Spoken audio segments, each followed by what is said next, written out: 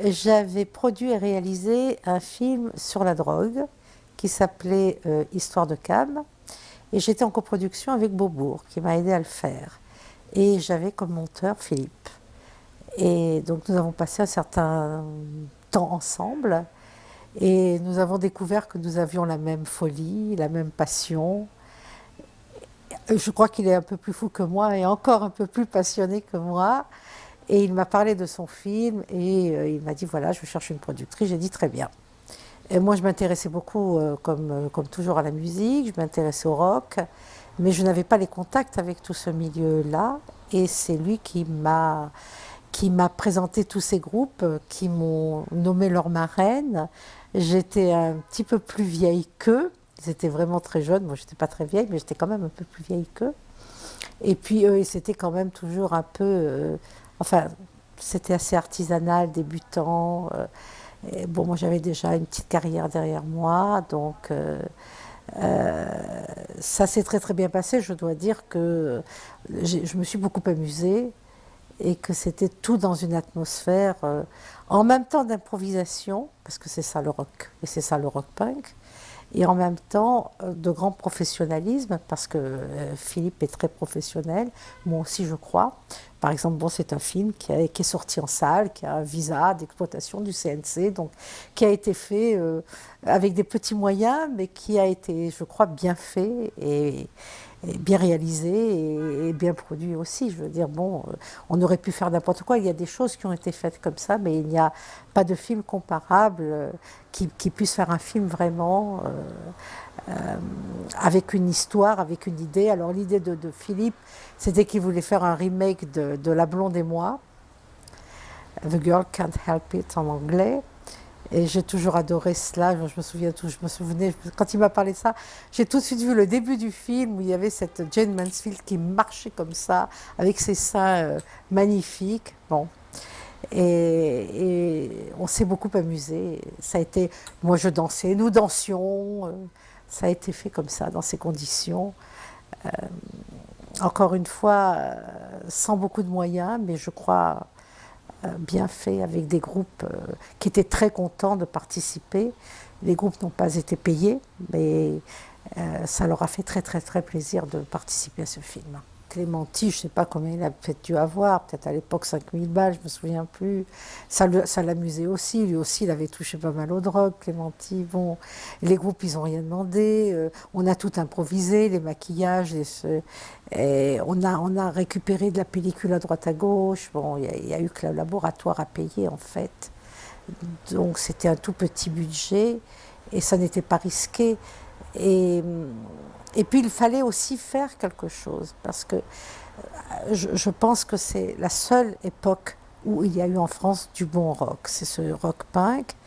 Et les Français n'aiment pas beaucoup le rock, je crois, dans l'ensemble. C'est plutôt la variété. Et même ce qu'ils appellent rock, c'est de la variété, avec un petit mouvement de rock. Et là, c'était une scène, comme on dit, tellement éphémère et fugitive qu'il fallait absolument la fixer. Et personnellement, ça m'a énormément branchée. Et on était jeunes, enfin, je veux dire, on était jeunes, on s'en fichait de savoir si on allait gagner de l'argent ou non. Et conclusion, le résultat, c'est que le film est devenu un film culte et que maintenant vous êtes en train de m'interviewer pour faire un DVD. Donc nous n'avions pas totalement tort, mais on n'a pas du tout pensé à ce qu'on pouvait gagner avec ce film.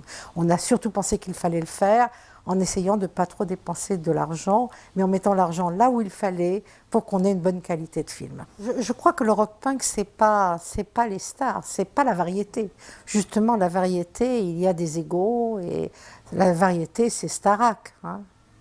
Tandis que le rock punk, c'est un cri de révolte, et on ne peut pas être punk et avoir un ego. On est plutôt destroy, et on est dans une violence qui ne va pas enfin, avec l'argent. C'était le refus de tout ça, de toute façon. Donc tout ce qu'ils voulaient, eux, c'est participer à cette aventure, et ils n'ont rien demandé d'autre, ils n'ont rien demandé. Bon, on leur ramenait des bières, on les nourrissait comme on pouvait, souvent des sandwichs, ou quelquefois pas mieux, quelquefois mieux. Et, et puis c'était comme ça. Enfin, c'était une époque magnifique. Je ne suis pas sûre que maintenant on pourrait faire cela. Je ne crois pas. Avant, je veux dire, même les chanteurs français, la chanson française était quand même, à mon avis, la meilleure peut-être au monde. On avait des chanteurs exceptionnels, des compositeurs, des Brel, puis maintenant on a quoi? Je ne dirais pas de nom, mais enfin c'est quand même, maintenant on essaie de voir ce qui va se vendre, ce qui va marcher, la pub, les clips, les scandales. Et bon, là, ils étaient scandaleux, ces gens, ces punkers. Ils étaient scandaleux, mais dans leur révolte par rapport à la société. Je crois que Pierre Clémenti, qui avait énormément de talent, et qui était un être merveilleux, fou, fragile, et il était prêt à toutes les défonces. Et ce film, c'était une défonce, voilà. Et je crois que ça l'a beaucoup amusé. Il se fichait complètement de l'argent, il gagnait de l'argent par ailleurs. Écoutez, les gens ont envie de se faire plaisir aussi. Par exemple, aux États-Unis, tout comédien américain, quand il signe un contrat sur un film de Hollywood, il met une clause en disant que si par hasard on le demande pour quelques jours sur un film de Woody Allen, on lui laissera la liberté de partir. Et sur Woody Allen, il gagne le tarif syndical, quoi.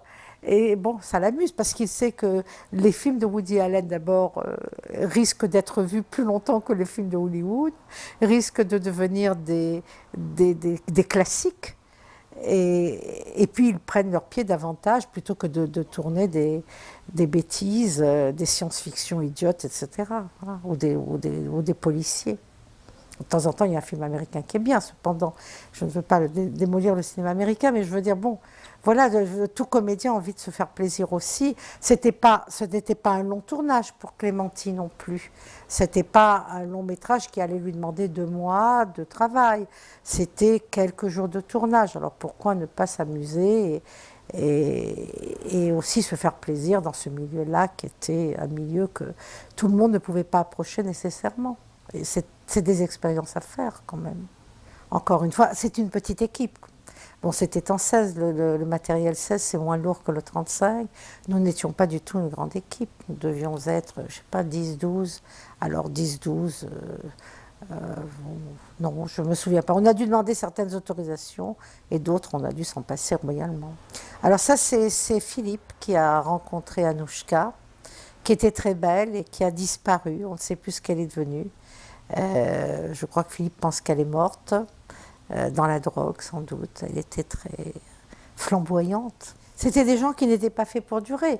Le rock punk, par essence, les groupes même n'étaient pas faits pour durer. Ils n'ont pas fait des carrières qui ont duré 30 ans. À la limite, tous ces jeunes-là, ils faisaient du rock là en ce moment. Et puis ils ne savaient pas si le lendemain ils allaient en faire, s'ils allaient être encore vivants, où ils seraient. Ils n'ont jamais pensé en ces termes-là. C'était ça qui était fantastique. Le film a eu beaucoup de presse, hein, très élogieuse. Donc ce qui était quand même assez rare pour un 52 minutes. On peut dire que c'est une fiction documentaire parce que la fiction n'a pas tellement d'importance. En fait, ce qui comptait, c'est de mettre ces 13 groupes ensemble, en scène. Et c'était assez étonnant, oui, que les gens... Mais il faut dire que ces groupes ne passaient pas à la télé. Ils n'étaient pas dans le Star System, ils n'étaient pas dans les émissions télé. Et très peu d'entre eux avaient fait des disques. Et donc les autres ne pouvaient pas avoir accès à ce rock s'ils ne voyaient pas le film.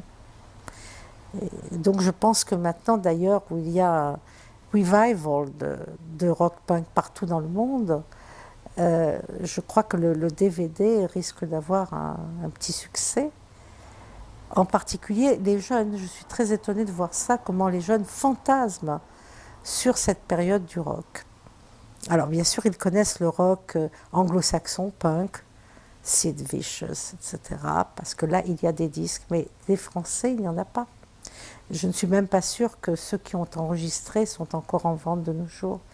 Donc ils savent, je ne sais pas comment ils ont ouï dire, mais ils savent parce que Les gens qui aiment le rock, ils aiment le rock, ils savent des choses comme ça. Ils savent qu'il y a eu une bonne période de rock en France. La seule bonne, c'était le rock punk. Et quand je leur en parle, ils sont extrêmement intéressés. Ils me demandent tous quand est-ce que ça sort, quand est-ce que ça sort. Voilà. Je crois que c'est le seul film qui a été fait sur le rock de cette période. Donc c'est un document, je pense, rare, effectivement, et que les gens ont envie de voir. Bon, ben, les gens de ma génération, certainement, parce qu'ils ont connu cela, mais les jeunes surtout. Bon, après, il y a eu le hard rock, enfin, des choses. C'est ce qui, disons un peu comme ça, un rock violent, un rock qui n'est pas édulcoré, comme le rock français traditionnel, je ne donnerai pas de nom. Oui, mais c'était déjà plus policé, téléphone. Hein, c'est déjà plus chiadé, bien fait. Tandis que ce que nous montrons, nous, c'est des gens qui crient parce qu'ils sont désespérés, parce qu'ils ont envie de vivre et qu'ils n'y arrivent pas, et qui n'en peuvent plus. Et je crois qu'aujourd'hui, on est dans la même situation. C'est-à-dire que les jeunes, peut-être encore plus qu'à l'époque, ils sont dans une situation enfin, où il n'y a pas beaucoup d'espoir pour eux.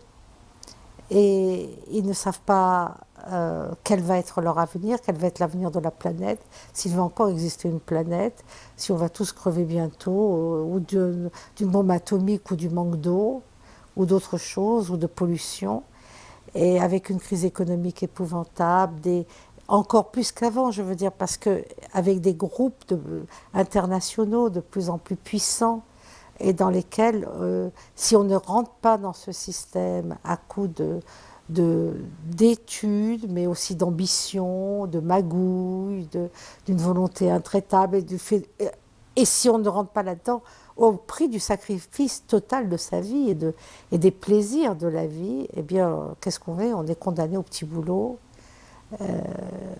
et on est condamné à rien. Donc je veux dire, c'est ça le punk. C'est pour ça qu'aujourd'hui, on ne peut que s'identifier à ces groupes ou à cette petite Anouchka qui n'a aucun talent, par exemple, enfin l'héroïne du film, et qui veut devenir une actrice de rock punk, enfin, je veux dire, parce qu'elle a besoin de crier, elle a besoin d'hurler, elle a besoin de se défoncer, elle a besoin de prendre son pied, et qu'en même temps, elle n'y arrive pas vraiment. Et même le personnage que joue Clémenti, bon, Clémenti, c'est un banquier, je crois, si je me souviens bien, et lui aussi, il s'ennuie dans sa vie, il a envie aussi de fréquenter ce milieu-là qui va le sortir de sa tristesse et de sa grisaille. Alors aujourd'hui, on a vraiment plus que jamais besoin de ça aussi, et j'espère que d'autres groupes vont se former de nouveau à la suite du film, pourquoi pas. La jeunesse était prête à exploser, disons. Et je dirais qu'aujourd'hui, on est un peu dans une situation comme ça, mais je me demande si elle va exploser, parce que ça semble tellement impossible. Tout est tellement bloqué de tous les côtés que la jeunesse, elle se défonce comment maintenant? Bon, dans la cam, comme toujours, dans la drogue, devant son ordinateur, ce qui est quand même dans une certaine solitude, hein, si ce n'est une solitude absolue, et avec la musique. Mais la musique qu'on écoute avec son iPod, aussi dans la solitude. Alors il reste les concerts, mais les concerts, c'est pour les gens qui habitent des grandes villes comme Paris. Les autres, qu'est-ce qu'ils font?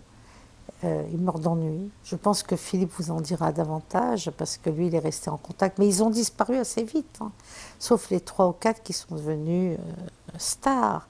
Mais les autres, ils se sont dissous assez vite, chacun est parti dans la nature.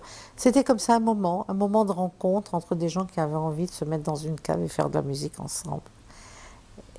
Et il n'y a que les anglo-saxons qui ont vraiment fait des carrières parce qu'ils avaient un marché anglo-saxon.